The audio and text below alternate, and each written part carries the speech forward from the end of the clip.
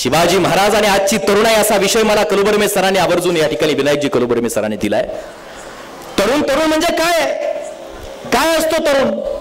अरे बुडत्या राष्ट्राला तारण्याचं सामर्थ्य ज्याच्यामध्ये ना तो तरुण आहे.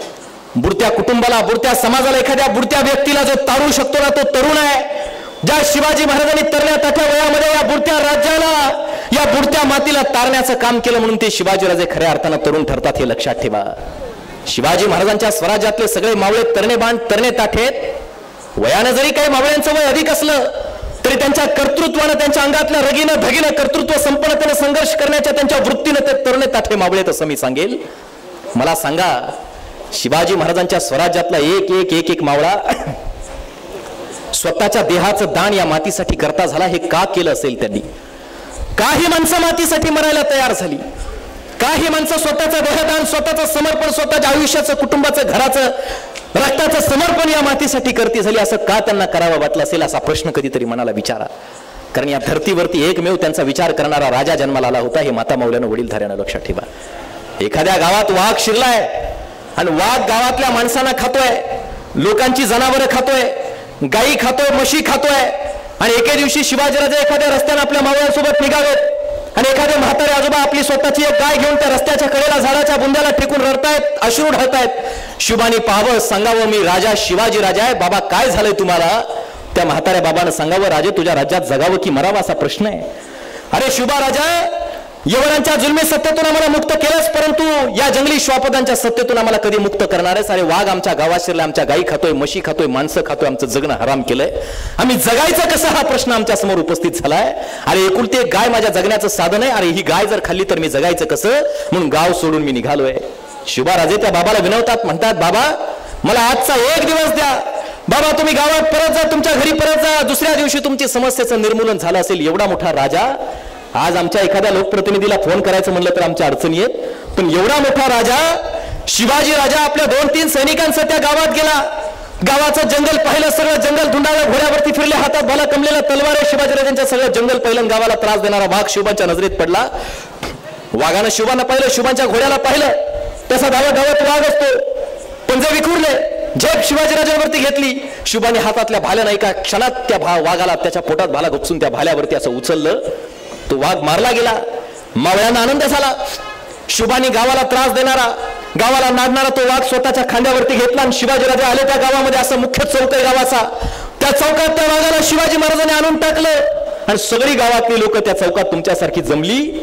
आणि त्यात ते रात्रीचे ते जे म्हातारे आजोबा शिवाजीराजांना म्हणाले होते, प्रश्न विचारला होता, सांगितलं होतं वाघ शिरलाय, ते म्हातारे आजोबा त्या गर्दीतून वाट करत त्या वाघाच्या जवळ गेले आणि त्या वाघाच्या अंगावरती थुंकले आणि त्या वाघाला म्हणाले, अरे तुला वाटलं काय, तू एकटाच शेर, शेराला 1.25 शेर असा शिवबा राजा कधीतरी जन्माला येत असतो, हे लक्षात ठेव.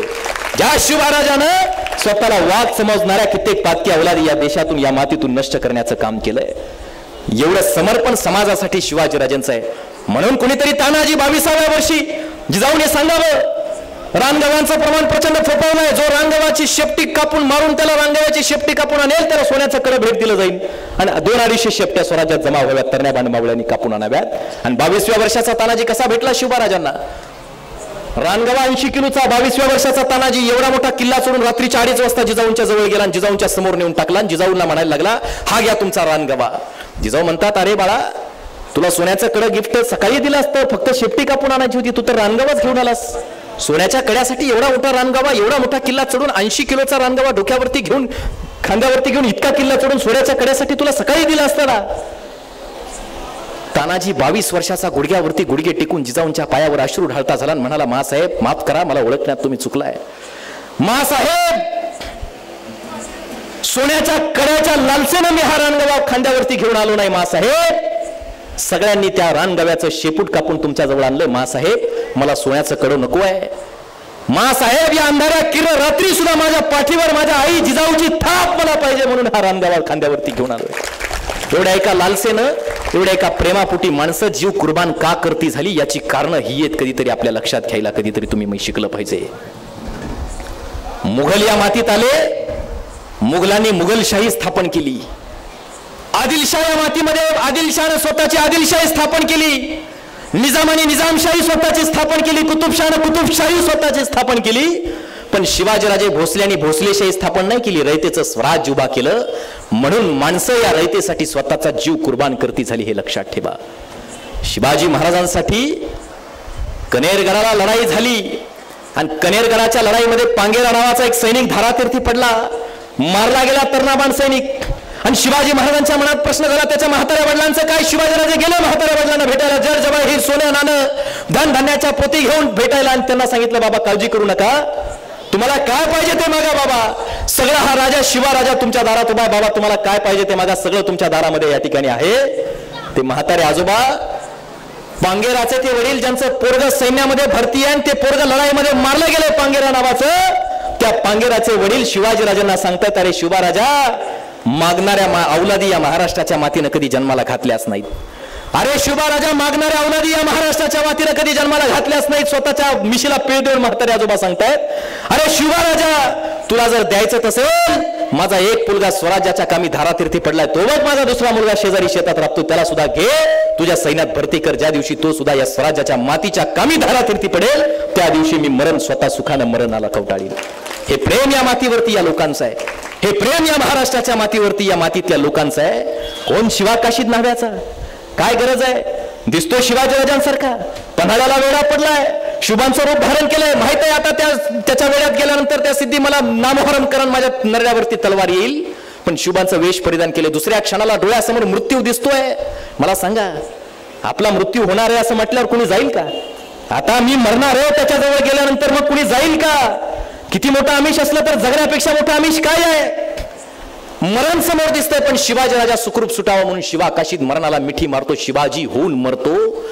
बाजीप्रभू देशपांडे घोडखिंडीमध्ये विशाल गडावरून तोफेचा आवाज कानावरती येत नाही, खिंड लढवतायत, मस्तक छाटलं गेले, नरडक छाटलं गेले, देह लढतोय, बाजीप्रभूंचा देह लढतोय. जोपर्यंत तोफ वाजत नाही तोपर्यंत काही माणसं हे सगळं खर्ची घालत राहिली, का जीव कुर्बान करती झाली, या मातीसाठी सर्वस्वाचं बलिदान या महाराष्ट्रातली माणसं हे का करती झाली. त्या पोटी लाख मेले तरी चालतील, पण लाखाचा पोशिंदा असलेला हा शिवाजी राजा लाखांना जगवण्यासाठी, या मातीचं अस्तित्व पुन्हा एकदा नव्यानं समृद्धीने उभा करण्यासाठी जगला पाहिजे, ही एक अभिलाषा आहे. शिवाजीराजांनी स्वराज्याची उभारणी केली, राजाभिषेक झाला, दक्षिण दिग्विजय, आता कर्नाटकची सीमा तुम्हाला लागते. शिवाराजे तिकडे गेले, तिकडे गोवळकोंड्याच्या कुतुबशहाचं राज्य आहे.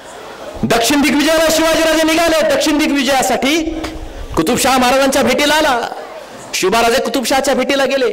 शामियाने असे उभारलेत, मंडप आहेत, प्रचंड मोठं मैदान सजवलंय, आणि कुतुबशहा शिवाजीराजांना त्याची संपत्ती दाखवतोय, घोडे दाखवतोय, अश्वशाळा दाखवतोय, घोडशाळा दाखवतोय. कुतुबशहा शिवाजी महाराजांना त्याचा तोफखाना दाखवतोय, आणि शिवाजीराजाला कुतुबशहानं त्याचे हत्ती दाखवायला नेलं. कुतुबशहानं शिवाजीराजाला हत्ती दाखवायला नेलं. शिवाला एक एक हत्ती दाखवतात, आणि कुतुबशहा शिवाजीराजाला म्हणतो, हा पिसाटलेला हत्ती पण माझा सगळ्यात जास्त लाडका हत्ती आहे, या हत्तीच्या समोर जाणं कुणालाही शक्य नाही. आणि कुतुबशहा शिवाजीराजाला म्हणतो, तुमच्याकडे किती हत्ती आहेत? शिवाजीराजाला वाटलं शिवाजीराजाने कधी हत्ती पाळले नाही बरं का स्वराज्यामध्ये. लक्षपूर्वक आहे का पाळले नाही? कारण सह्याद्रीची जी डोंगर रांग आहे तिथून हत्तीला वाहून नेणं, इकडून तिकडे नेणं प्रचंड वेळखाऊ प्रक्रिया आहे, म्हणून शिवबा घोड्यावरती प्रवास करायचे, हत्तीवरती नाही. शिवाजीराजांनी सांगितलं, माझ्याकडे एकही हत्ती नाही, पण माझ्याकडे जे मावळे आहेत ना, ते मावळे हत्तीच्या ताकदीचा एक एक मावळा माझ्याकडे आहे. 4 हत्तीला एका हत्तीला नामोहरम करेल असा एक एक मावळा माझ्याकडे. कुतुबशहा म्हटलं, असंय का? खीच काढायची त्याच्या प्रवृत्तीवर तो आला, उलटला, आणि शुभाला म्हणाला, असं जर असेल तर दाखवा बरं एक मावळा मैदानामध्ये उतरून, मी माझ्या हत्तीला सोडवतो, उतरवा तुमचा दुसरा मावळा मैदानामध्ये. शिवबांची नजर जराशी जमिनीकडे वळाली. त्यांना वाटलं, पिसाटलेल्या हत्तीसमोर कुणाला कशाला सोडायचंय, कशाला कुणाचा जीव घ्यायचा आहे? अरे शेजारचा यसाजी कंक शेजारी उभा, तर्णाबाण शिवाजी महाराजांचा पहारेकरी, शिवाजी महाराजांचा बॉडीगार्ड, संरक्षक यसाजी कंक धावता झाला आणि सांगता झाला, मी आहे की हत्तीच्या ताकदीचा. उतरला मैदानामध्ये, तो पिसाटलेला हत्ती आणला. लोकांनी नजरा सगळ्यांनी मिटवून घेतल्या, डोळे मिटवले. लोकांना वाटलं आता क्षणात यसाजीचं काही खरं नाही, हत्ती सोंडेमध्ये पकडल, गार गार गार गार फिरवल, सर जमिनीवर आपल्याला यसाजीचा होट्याचा नव्हता होईल, डोक्याचा चेंदा मेंदा होईल. लोकांनी डोळे मिटून घेतले आणि डोळे उघडले. लोकांनी यसाजीच्या डोक्याचा, शरीराचा झालेला चेंदा मेंदा पाहण्यासाठी समोर पाहिलं. लोकांनी डोळे उघडले मारल्यावर तर काय चित्र दिसतंय, हत्तीची सोंड एका बाजूला, हत्ती रक्तबंबाळ होऊन दुसऱ्या बाजूला पडलाय. तसा येसाजी शुभांच्या जवळ धावता झाला. लोकांनी एकच जल्लोष करायला सुरुवात केली. कुतुबशाहचे ते सगळे मावळे या अल्लाह या तोबा माशाल्लाह म्हणत राहिले. सगळे मावळे सगळे सरदार जल्लोष करत राहिले. या माणसानं येसाजीनं शुभाच्या सरदारानं हत्तीने स्तनाभूत केलाय, हत्ती होत्याचा नव्हतं केलाय. आणि कुतुबशाह माशाल्लाह म्हणत राहिला.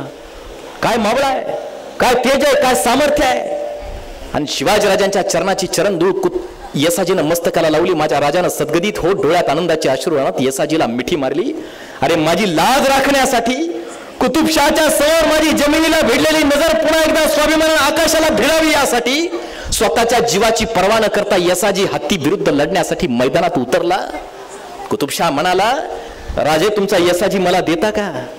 येसाजीला सांगता झाला, तुला पाहिजे तेवढी संपत्ती, पाहिजे त्या राज्याचा भाग तुला देतो, तू माझ्याकडे येतो का? येसाजी म्हणाला, अरे जमीन जुमला संपत्तीवर विकणाऱ्या अवलादी आमच्या नाहीत. महाराजांच्या चरणाची चरणधूळ हीच आमच्यासाठी सगळ्यात मोठी संपत्ती आहे. म्हणून औरंगजेब काय म्हणायचा माहितीये का? औरंगजेब सातत्यानं म्हणायचा, एक गोष्ट म्हणायचा बघा, औरंगजेब लक्षपूर्वक आहे का? औरंगजेब बादशाह म्हणायचा सातत्यानं, अरे शिवाजी के पास कितने लोग हैं ये बड़ी बात नहीं, शिवाजी के पास कितने घोड़े हैं ये भी बड़ी बात नहीं, शिवाजी के पास कितनी संपत्ति है ये बड़ी बात नहीं, शिवाजी के पास कितने किले हैं ये बड़ी बात नहीं, शिवाजी के पास कितनी जमीन है ये भी बड़ी बात नहीं.